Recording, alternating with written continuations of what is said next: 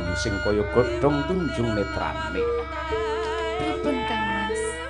Lumaing jagat kureping langit. Ya mung kowe sing bisa ngrengga tumraping sanubari. Nadyan rembulan kae endah. Ndi lho, Pak?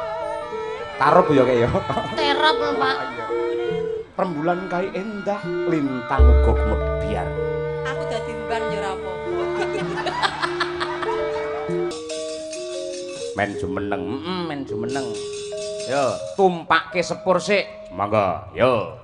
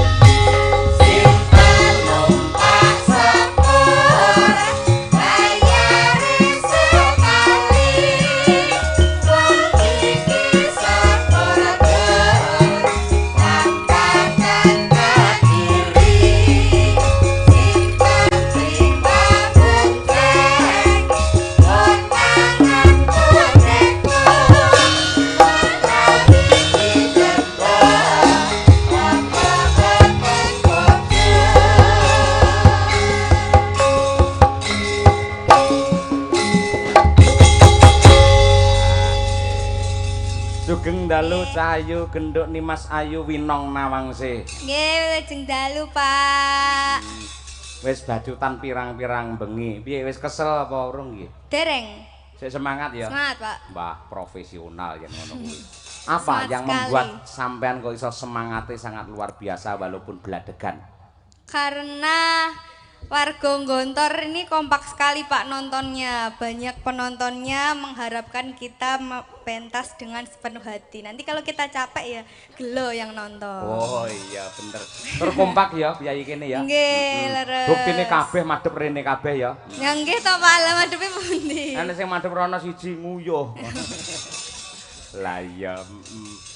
Wis kaya ngono kuwi katresnane Piyayi Ponorogo iki kaya ngono kuwi nong. Mula ya awake dadi seniman iki penak lho dadi seniman. Kowe aja dadi apa-apa, aja dosen, aja PNS, seniman wae. Lah teng napa? Lho, seniman iki lak hobi to. Kowe nembang lak hobi to. Nggih. Nah, aku ndalang ki ya hobi, kanca-kanca ki ya hobi. Lho, ing ngatasi hobi kok iso dadi profesi. Wong seneng-seneng kok entuk dhuwit. Kuwi sing kudu disyukuri kaya ngono kuwi. Lah sing ngantuk-ngantuk niku napa nggih seneng, Pak? Kuwi ora ngantuk kuwi menghayati ngono lho. Menghayati. Urung-urung nyampluki kancane ngono iki ora. Winong iki ora. Iya. Iki lho Nduk sampean iki nembango sesideman iki. Pamundhut ngono ya. Sing apik ya Nduk ya. Nggih. Kaya aja kalah walaupun ada Mbak Silvi Kumalasari. Ning sing tak anggap Silvine Madangkara iki sampean. Iya. Jenengan asline salting to Pak wit wau, Pak. Jenengan Sopo? Jenengan. Lah masalahnya apa kok salting? Lah enek wonten Mbak Silvia. Weh, kowe kok ngerti weh? Grogi ta jenengan wau eh. Ayo iki lho keter lho tanganku. Ayo. Lah piye mendina ndelok TikTok iki terus kok ayo. Ya apa? Ya tetep awakmu ya apik. Becik ayo. Coba kowe dadi bintang tamu harian iki. Ayo. Ayo. Bawane ya komplit ya Nduk ya. Nggih. Iya. Ngono ora kedawan to kuwi anu apa jenenge? Napane? Kuwi lendange semone ora kedawan to. Mboten ni lah teng napa? Kok ketok keluar kelawer. Tak sawang kok kene kaya Anoman nggo buntut to. Mboten. Iya. Mboten lah sedaya nggih ngoten lho, Oh Pak. iya, apik. Dandang gula meneh ning Genti Slendro iki. Ayo. Coba nggih. Ayo. Ya Nduk, Winong. Wiwitane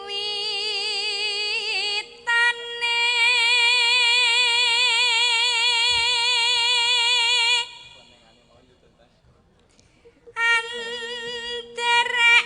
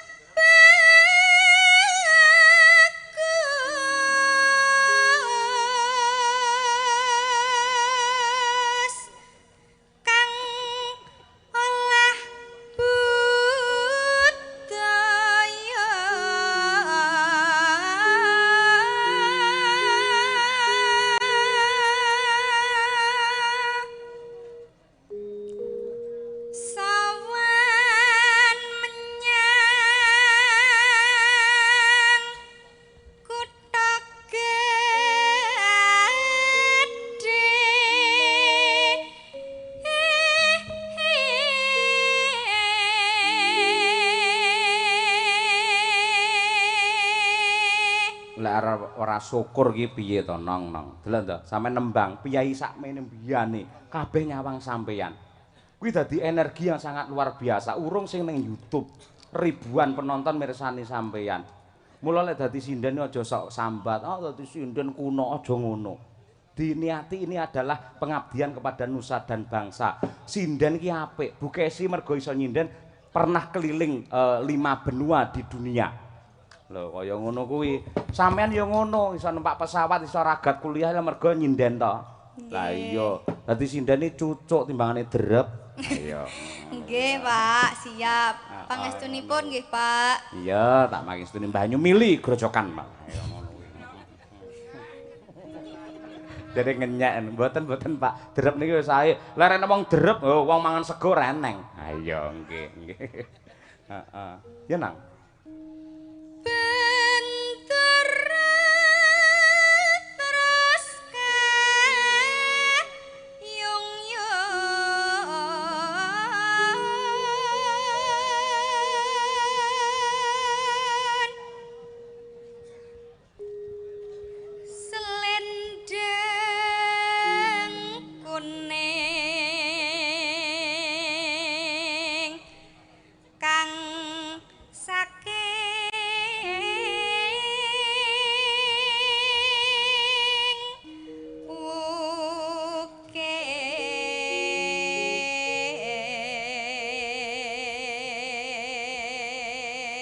Karo mlaku-mlaku rono ngono lho nang ben ngono panggunge jembar kaya ngono. Nah, iki bapak-bapak kuwi ya kepengin mirsani karo sampean.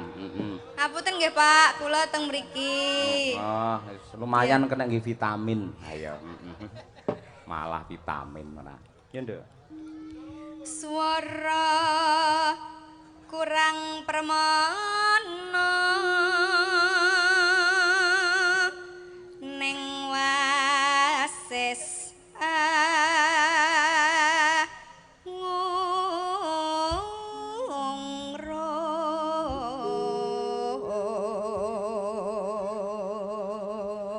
Tembang menika ugi kula aturaken dumateng pepundhen kula Ki Suryanto Karanggedhe ya kepareng monitor. Menika kepareng paring WA kalian kula nderek ningali saking griya Mas kali titip anak kula nggih.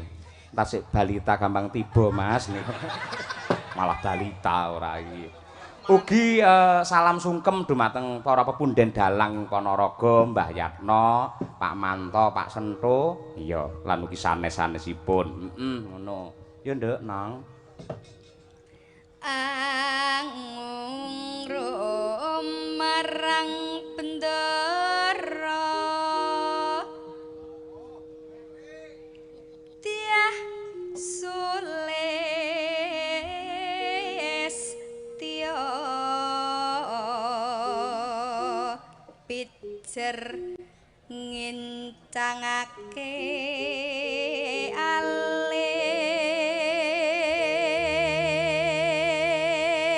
Engko garape ditayubke kaya rengu wingi kae. Wah iya men seger ya, Mak. Lek winong pas iki. Ya. Ya Nduk, entekno. nggih, Pak. Tulung agungan nggih. Tulung agungan? Nggih. Sing piye kuwi? Nggih sing tulung tak nundanu. Oh, nanu. Wonten iki Nanu. Oh, mau anu ning kok ndangdute to? Anu nih nggih, tayupe maksude Gonggo Mino. Oh, oke. Ngoten lho, Pak. Sing anu ketok nanu. Ngoten niku pokok. Ya wis manut awakmu. Heeh, kono wis. Tulung kula diseneng-senengne nggih, Pak. Ayo tenan lek kon nyenengke kowe wis pancen wis. Kuwi kewajibanku no. Ben ndak galau. Ah iya. Aja nganti galau eman-eman ayune kaya ngono galau. Ayo ngono. Yo, masuk. Terus no sesideman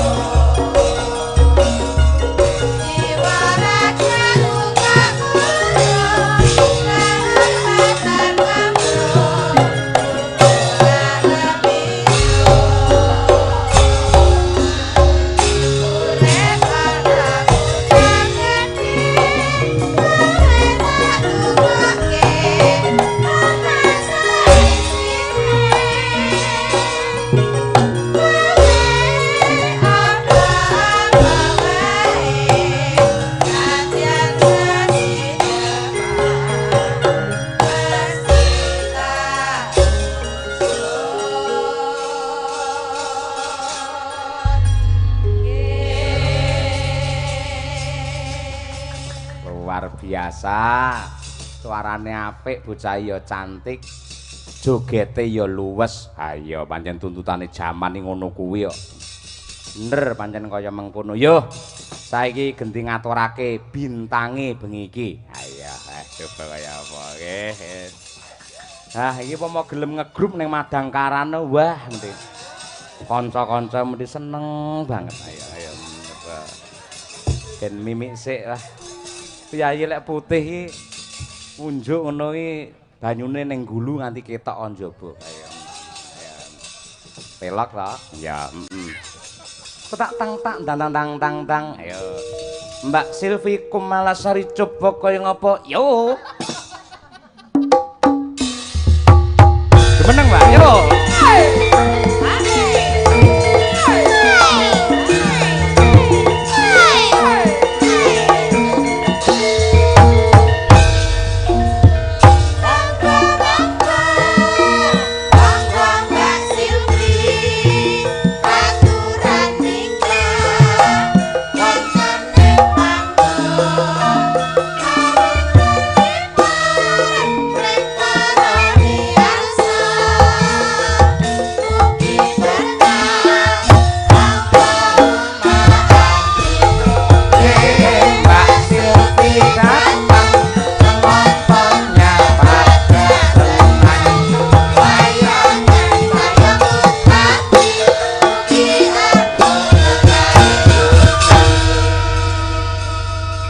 Jujur bloko suto blak kotang terus terang Mbak Silvi, aku adalah salah satu fan beratin jenengan.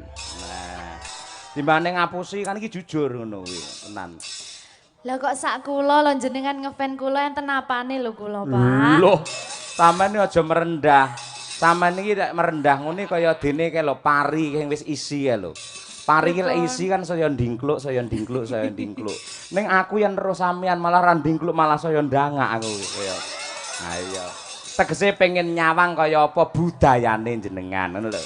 Panjenengan ngelem kula ngoten niku kula bingung lho. Lah ngapa kok bingung? Lah kedahe kula pripun teng mriki enten garwane jenengan lho Bu Kesi lho, Pak. Lek teng wayangan ngeten iki kula pun diliarne kalih Bu Kesi. Nggih. Liar Bu niki, Bu. Dek Silvi. Pripun? Tenang wae. Sampean ning panggung niki bebas mawon. Los. Ngoten. Tenan ngendikane Pak Cahyo. Lek ning panggung niki dhewe wis tak liarke tenan Dek. Los pokoke. Ayo. Sampun dijinak nih ngoten. Malah padakne kewane dijinake kok. Ayo. Mungkin lek nek teng griya jinak ngoten nggih Bu nggih. Nggih, ngoten niku. Kula niku pertama kali niku seneng kali jenengan nembang ninggal katresnan. Walah niku kula suwet kali bentino. Kula niku ajeng bobok, mboten nyetel niku. Klisikan, mboten iso turu. Oh ngoten. Ajeng mangan niku to. Lihat mboten nyetel niku, keselak terus Mbak kula niku. Keselak. Nggih, tenan nggih. Estu. Ngoten nggih, Pak. Lho jenenge napa niku Kaprawasa Dewaning budaya ngoten niku. Nggih. Mboten kok terus kula secara pribadi cinta kali panjenengan. Mboten mungkin. Mboten mungkin jenengan gelem kali kula. Ngoten niku lho. Mboten Eram. Eram ya Dek Silvi. Lho nggih lho Bu. Beh, tenan iki bojoku bengi iki jan ngirangi. aja ngirangi, garangan ngono lho. Wis to. Iya. Kok iso tetek-teteke atine lho ngomong ngono nek bojone ning kono ngelem-ngelem wong wedok liya. Titen ana tekanmu tak sampluk parut lho. Nggih Bu, leres. Kula lene dados jenengan nggih ngoten Bu. Mangkel kula Bu, pun jenengan garap mengke. Mboten ngoten. Ngene lho Bu Kesi. Pripun? Mbak Silvi lagi pertama kali gabung di Madangkara gitu. Kita buat tamu ini nyaman dengan kita. Carane membuat nyaman harus kita digrapiaki, dihormati, dihargai ngono kuwi. Oh iya Dek Silvi, maafkan Bu Kesi ya Dek. Lah lek nganti upamane aku langsung kasar, Silvi opo kaya ngono? Rupane ayu, aku seneng ngono kan kleru gitu. Kleru to. Lah dilokne mesti kapok ora gelem melok awake dhewe lek dialembono supaya lebih dekat. Nggih. Antara kita ngono kuwi ya. Nggih, matur sembah nuwun Bapak nggih. Wah, aja bapak tuwek banget aku. Lha pripun, Om? Om. Nggih, ngoten nggih saged. Nggih, ya, bener Bapak wau. Mergo niku tinggi rambu-rambu nggih bates nggih garis. Ayem. Kedah enten garise nggih, Pak nggih. Nggih, ngoten niku. Nggih, matur sembah nuwun Bapak. Nggih. Monggo Matur sembah menyapa nuwun, para Ibu. lenggah nika monggo, Mbak. Nggih, saderengipun kula aturaken sugeng dalu kagem sedaya mawon para warga Melarak Ponorogo. Gontor. Gontor. Nggih. Gontor Ponorogo. Matur sembah nuwun rawuhipun Pak Bu ingkang sami tumplek blek dados tunggal teng mriki. Mugi-mugi panjenengan sedaya tansah manggih karahayon. Amin. Tumplek napa, Mbak? Tumplek blek. Ah iya, tumplek blek. Apa to tumplek blek iki? Dados tunggal wis dadi siji ngenten lho, Pak. Dadi siji ya. Niku nganu to, kata-katane Bu Kesi nika pas teng YouTube kula ningali lho kok apik. Kata-katane tumplek blek akhire tak contoh. Oh, alah nggih. Nyonto sing apik-apik mboten Lah napa-napa. nggih, sae to Pak niku. Sae ning Bu Kesi ngoten niku sing ngajari kula asik nggih ngoten niku. Dadi lek jenengan kudune matur nuwun mboten kalih Bu Kesi ning kalih kula nggih. Nggih Pak nggih. Nggih sami-sami. Alah mbuh aku iki. Aku iso bingung dhewe, iso bar apa ora wayangane kaya. Wes. Panitia le pinter golekne bintang tamu wes jan iso. Nggih matur sembah nuwun ugi kagem panitia. Wis jan kompak Pak panitiane niki wau. Kompak nggih? Nggih. Lah kula niki wau ngepost enten ping kalih lho Punan. Ngepost ping kalih? Nggih. Ndandak entak tude entak ngoten. Mboten kula bidal saking hotel niku dipostne teng griyane Pak sinten mau Mak? Mas Bowo. Nggih, teng riku kula ken maem. Nggih. Mas Pak Bowo matur sembah nuwun. Lah nika piyaine. Nggih, matur sembah nuwun. Mesti mau ngejak foto kalian jenengan mesti. Nggih. Oh, mesti pengen panitia pengen foto kalian jenengan. Ojo kok panitia kula pengen. Lah ngoten niku. Terus Mbak, terus. Ini hanya untuk penyegaran. Nggih, terus ditawani maem kula Pak, Mbak nyuwun napa? Sate kambing napa sate ayam? Kula ngoten. Terus nggih. Terus kula mboten Pak, kula diet nggih. Sajake kan nggih sungkan ngoten. Nggih. Terus kula nggih ayam mawon lek ngoten. Oh, ngoten kula wau nggih ditawani kali panitia. Napa Pak dalang kopi napa teh? Aku ya omong susu. Nggih kesehatan lho niku pas ya 5 sempurna nggih to. Nggih. Lajeng ngoten ken ngepost malih, Mbak, bibar niki teng griyane Pak Iwan nggih. Pak Iwan niku sinten? Pak Iwan Kancil. Nggih, Pak. Pak Iwan Pundi Kancil. piyayine Pak Iwan Kancil wau? Nggih, matur sembah nuwun. Baru kula Pak kula tak teng panggung nggih selak sungkan kula mengke ngoten. Sik to Mbak, engko ae sik ning kene. Dados kula minggahe jam 11 wau mboten napa-napa nggih. Jane sampeyan tak enteni ket jam 7 mau lho, Mbak. Tegese aku pengen silaturahim, pengen setelanku mbanyol apa, lagune apa ngoten niku. ngoten lha nggih. Dina rada bengi le munggah kula rada napa niku kaya ilang bayu otot kula ngoten niku nggih. Ngoten niku. Ning bareng jenengan pun munggah wah tenan Mbak nggih. Jenengan Tulungagunge pundi to, Mbak? Kula ngunut Pak, Tulungagung ngunut. Loh, Kecamatan Ngunut ngunut. karo Pasar Sapi ngendine?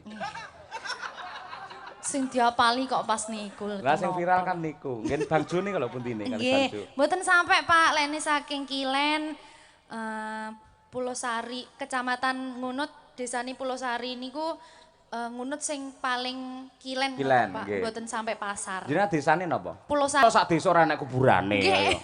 Nggih. Mboten sampai Pak, Mboten sareane sampai. tebih kok. Oh, nggih. Mon to mengke kula Sherlock. Wah iya, nggih. Siap.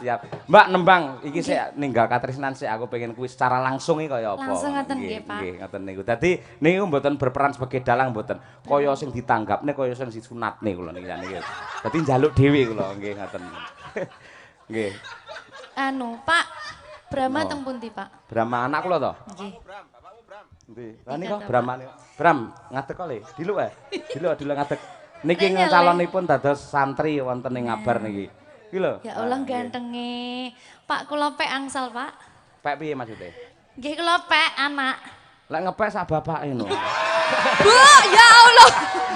Loh, lek nganti ngene lho, lek nganti bocahe kangen goleki terus piye? Bapak ngono piye jajal? Stop, intermezzo. Budrek aku, Bu. Tak omongi. Wah, iki lek ngene iki rasa dinengne lek iki ngene iki. Sik to. Ada apa istriku? Dipek sak bapake. Pede men to sampean. Maksudnya ngene lho, ben kok kan ra tega bocahe sik kelas 6 SD kok. Lek pamane karo Mbak Silvi digoneng Tulungagung. Lek nganti sing ngopeni iki tanggapan terus kok iki. Ngono to. Gek garwane pembalap pisan, ya to. Sing ngopeni sapa kan kudu niliki rono. Piye Bram keadaanmu ngono kuwi. Sampean pengen dipek tenan? Enggak Brama kok. Loh, tapi mau cirose sak bapake pisan ngoten nih. Ora bapake ngetutne ngingo ngono lho ngendangi ngono lho ora. Mak teratap lho Bu aku Bu.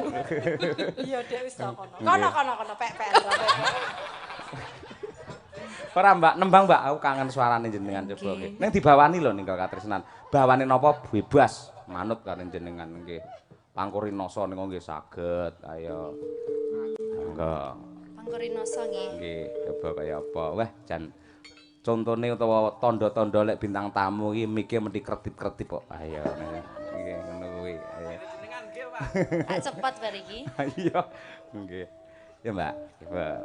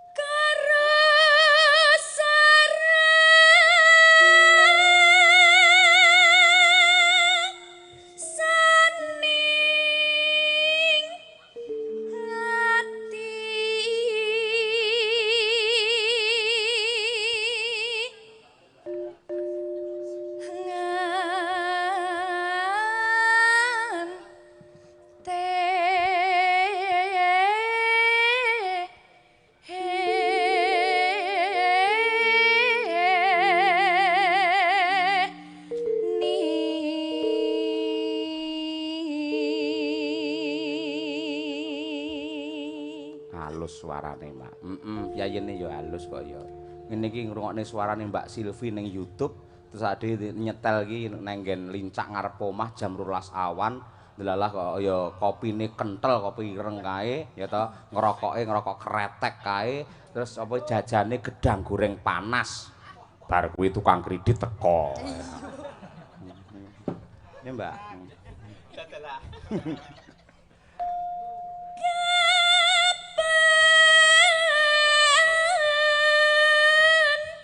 Sumanding si sehmu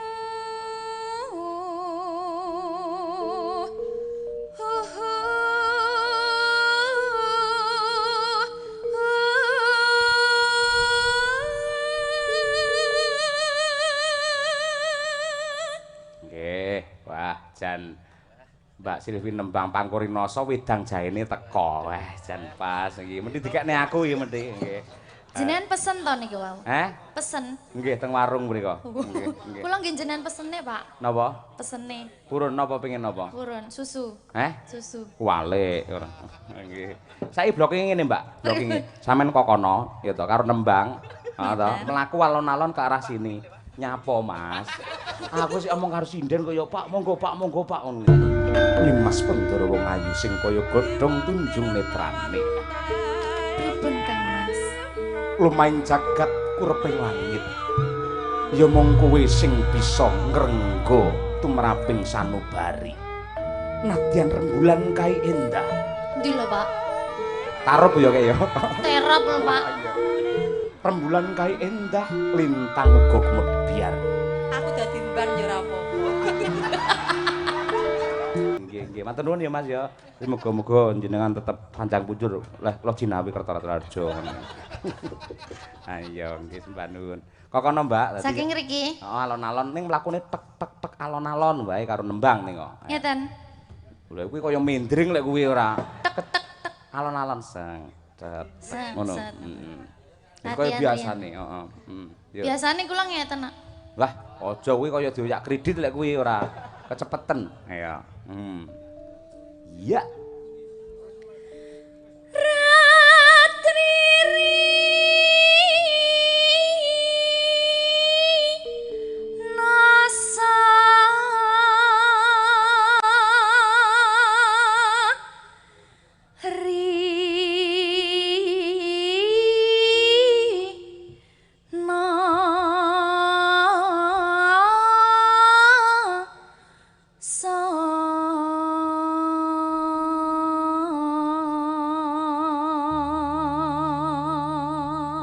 gur ngene iki tok aku ndredeg dhewe nyapa ya. Rumangsane kaya arep marani aku ngono modele. Kumat. Ayo aku nyapu to iso ndredeg ya ayo. Ayo. Ya, Mbak. Yen wasrina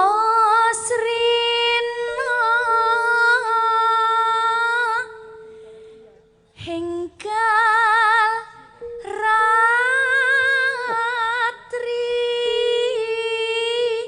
kang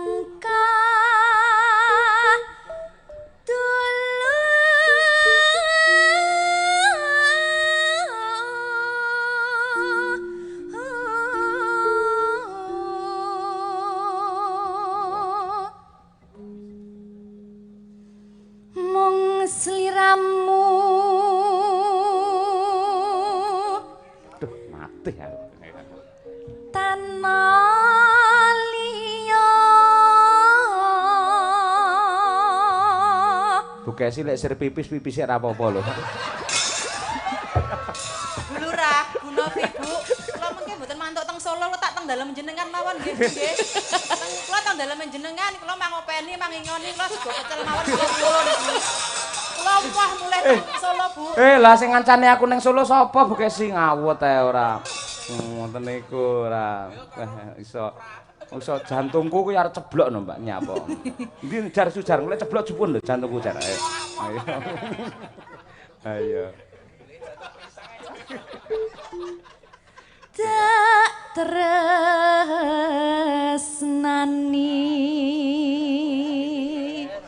lahir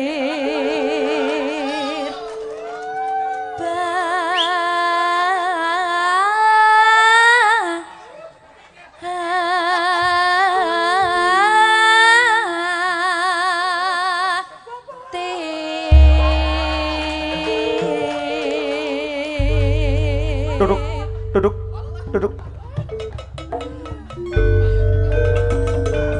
Kula nyinden, mbane nyinden.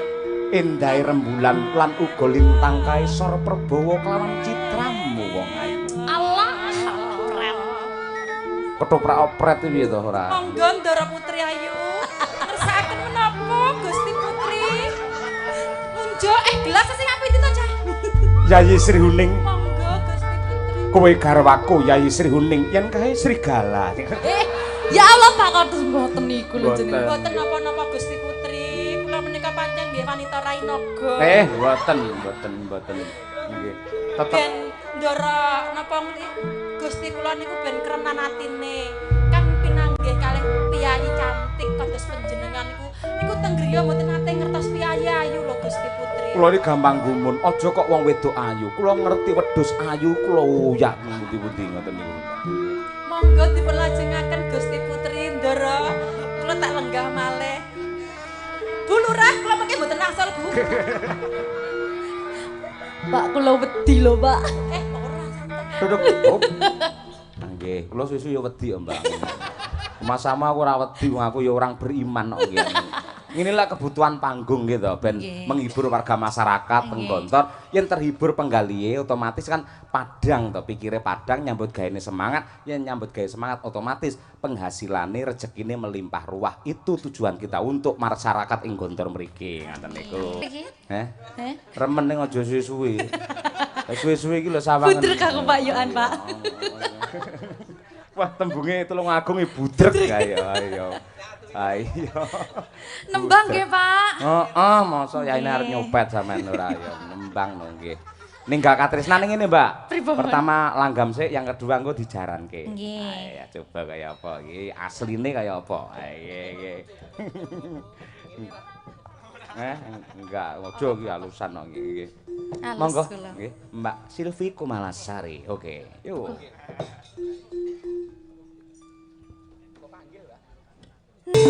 Goblok kaya ngopo wong ayu.